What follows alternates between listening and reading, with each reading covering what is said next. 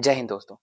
Supreme court of India ने अभी हमारे यहाँ अरावली की डिफिनेशन में बहुत सारे चेंज किए हैं और नई डिफिनेशन के हिसाब से अरावली की सिर्फ उन्हीं माउंटेन रेंजेस को प्रोटेक्शन प्रोवाइड होगा जिनकी हाइट सराउंडिंग की हाइट से 100 मीटर ज्यादा होगी। इस डिफिनेशन के हिसाब से हमारे यहाँ जितनी भी अरावली की रेंज है तो उसमें 90% जो रेंजेस है वो इस डिफिनेशन से बाहर हो जाती है। इसका रीजन ये है क्योंकि अरावली दुनिया के सबसे पुराने माउंटेन में से एक है। इसका टाइम पीरियड जो है वो बिफोर 3.8 बिलियन ईयर्स अगो है, मतलब प्री कैम्ब्रियन एरा में ये माउंटेन का फॉर्मेशन हुआ है। दूसरा, ये माउंटेन एक रेजिडुअल माउंटेन है। रेजिडुअल माउंटेन का मतलब होता है ऐसा माउंटेन जिसकी हाइट जो होती है वो फिजिकल बैरियर की वजह से, जैसे मूविंग विंड, इसकी वजह से क्या होता है उसकी हाइट घटने लगती है। तो अरावली एक रेजिडुअल माउंटेन, इसकी हाइट अब उतनी रह नहीं गई है।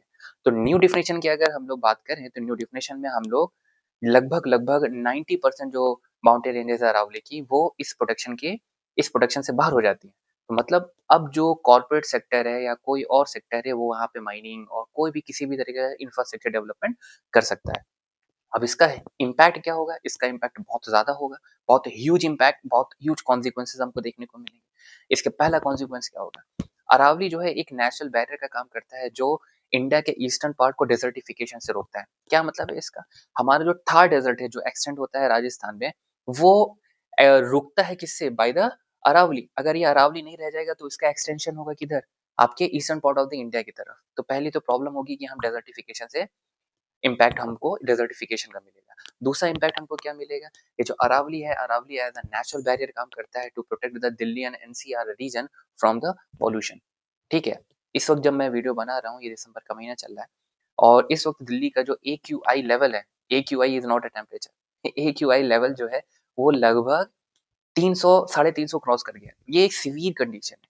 ये एक, मतलब आप कह सकते हैं कि एक ऐसी कंडीशन है जिसपे गवर्नमेंट को और ज़्यादा स्टेप्स लेने चाहिए कि पोल्यूशन को कैसे कंट्रोल किया जाए, और इसी का जस्ट उल्टा हो रहा है।